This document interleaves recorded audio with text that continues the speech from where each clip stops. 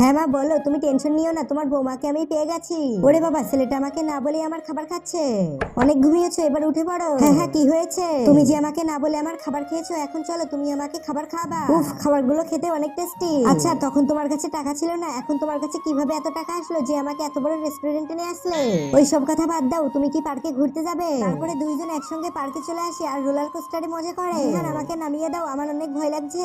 তোমার জন্য roller coaster না, তোমার জন্য এই জেসিবি চালিয়ে অনেক ভালো লাগলো। চলো আমরা কিছু ফটো তুলি। তারপরে আমরা দুইজন এইভাবে ঘুরতে ঘুরতে আমাদের ভিতরে কেমন জানি একটা হয়ে গেল।